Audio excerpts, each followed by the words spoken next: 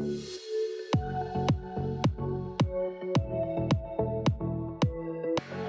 right, my friends, welcome to another video lesson.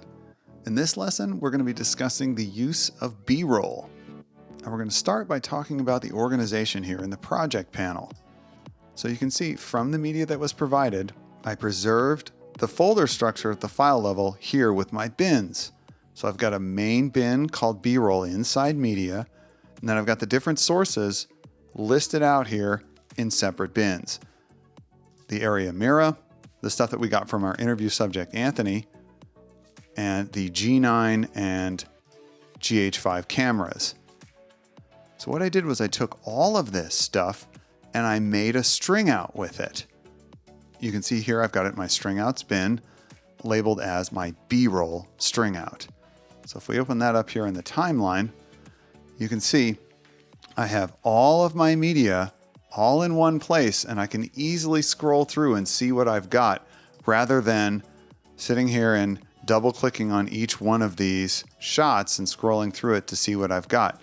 That's really kind of a waste of time when you can do it this way and just very easily, very quickly peruse everything that you have. And then you can also see that at certain points along the way, I've found little portions that I really liked and then cut and raise them, just like we did with the interview sound bites. So in this process, what I'd like you to do is place everything in the timeline like this, and I'll show you exactly how I did that. Let's do the Amira again here.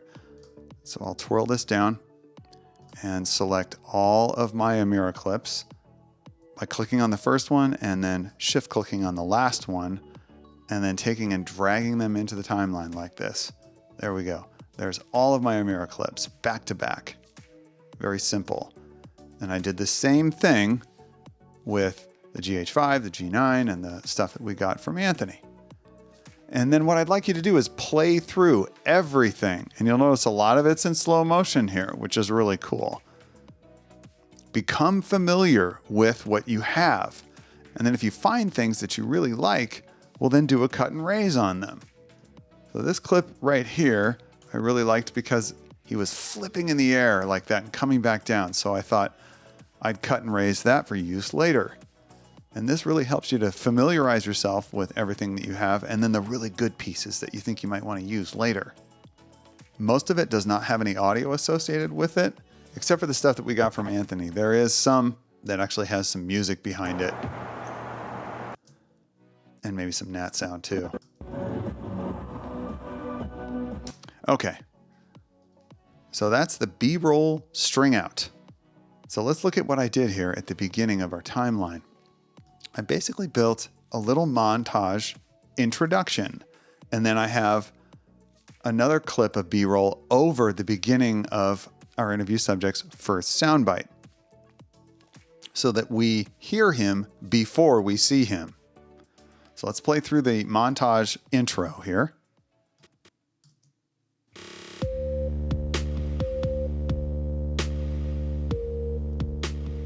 My first experience of dancing was at a high school pep rally. I saw someone do a backflip, and I'm like, I thought that had to be done with wires. So that's pretty cool. We bring our viewers into the piece with a series of 6 shots here. And the final one, the 6th one, carries over our interview subject as he begins to speak, which is a really professional way to do this.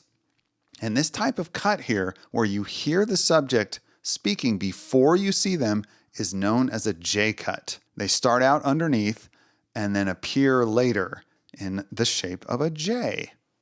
The opposite of that would be an L cut, where they're speaking and then they disappear underneath, like here. We see him and then he's covered up with B-roll, making an L. The plateau, I had to repeat until I... Pretty cool. L and J cuts. So back to our montage intro here. I basically just did a rhythmic montage based on the beat structure of the song. So the first shot here, if I do a match frame on this, it's just Anthony in slow motion having sort of a pensive moment here. And this was shot with a GH5, and you can see it goes from out of focus and then becomes sharp as he looks up. And I thought that was really cool to use at the beginning of the piece here, kind of an introduction to our subject. So I took a portion of this based on the music structure here. So it's basically one whole beat, a downbeat, a snare, and then on the next downbeat, I cut to the next piece of B-roll. Just like you would do in a rhythmic montage. And then I cut a little more often here with, again, other slow-mo clips that also help to introduce our audience to the subject or the message of the piece. That's what we're trying to accomplish here. Anthony is a hip-hop dancer. He's talking about dancing. So let's see him and him dancing. So once we get past the first clip here, you can see very beat-oriented cutting. My first experience. And then we hang on the last shot here for about 5 seconds to give our interview subject time to begin delivering what he's saying in the beginning of the soundbite. And then I cut away from it right before he says the last part of his initial statement here. And that's kind of an important method to use here. I'm cutting almost as he's beginning to speak. And what that helps to do is mask the fact that we're cutting away from this. It doesn't look edited that way because the viewer's attention is grabbed by the dialogue as well. So they don't really notice the edit at that point. Let's take a look one more time. My first experience of dancing was at a high school pep rally. I saw someone do a backflip. You can see, I saw someone do a backflip. The cut occurs right when he starts to say that. Very professional way to do it. And then for the beginning of the next bite, we just change camera angles. I thought that had to be done with wires. Which also masks the fact that we've made another edit here. So this is the basic use of B-roll in a montage orientation here, and then also as B-roll to cover our subject while he's delivering part of his soundbite. And he is talking about dancing. So what are we seeing? Dancing. This is the whole thing with Say Dog, See Dog. You want to see a visual representation of what the interview subject is talking about. That makes B-roll far more effective. It strengthens what the subject is saying and provides visual support that helps the viewer to connect with the message. So remember, produce a B-roll string out from all of the B-roll that's available. And you can see I've actually put markers in here to delineate what the sources were of the B-roll. So I'll redo the Amira one here. Get rid of that marker and show you how I did this. So I hit M for marker, and it comes in with the default color green. I double click it, and I'm going to choose this yellow color, this kind of mustard color for the Amira. And then I'm going to type in the fact that it is the Amira here. And then what I'm going to do is create a spanned marker. By default, the duration is 0, but if you click into the duration field here and drag to the right, you can actually change the length of the marker so that it spans a duration of time. I'm going to hit OK. And now you can see I've got a little bit of a spanned marker here. And I can take that and drag it out all the way across the entire length of the B-roll that I have that's from that camera. Pretty cool. So that just helps me to identify at a quick glance where my different sources are. If I want GH5 stuff, I can just zoom over here. If I want Amira stuff, I can go over here really quickly. Very simple. Now, just like bringing in our interview sound bites, we're going to do the same thing with the B-roll here.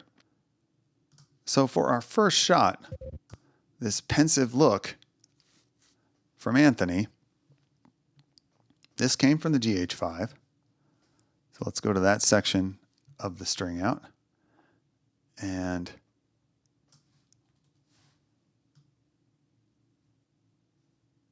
here it is, right here.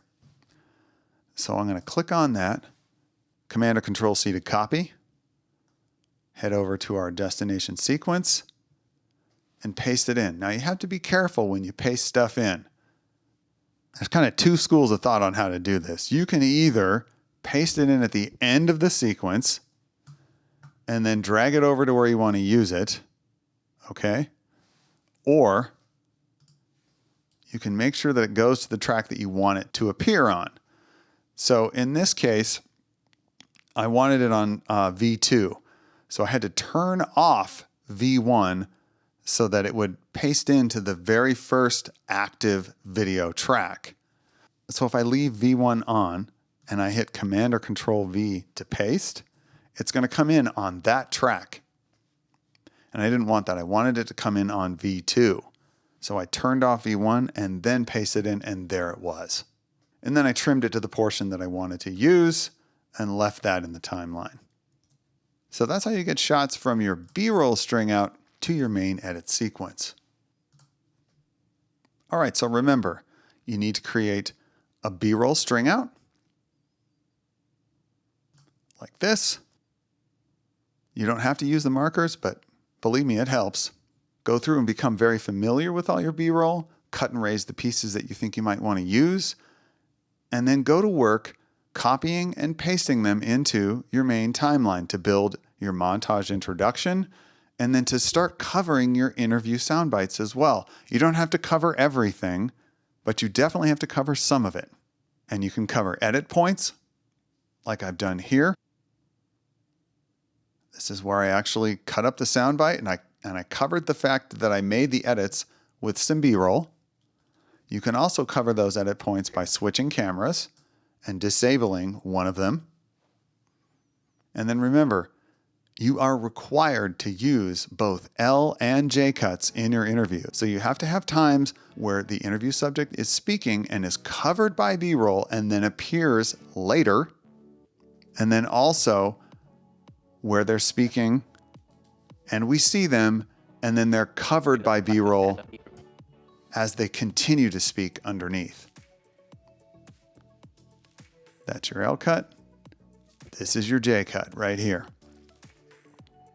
So have fun building your string out, getting familiar with your B-roll, and then moving forward into your main edit sequence and building your montage intro and beginning to cover parts of your interview subject with those shots.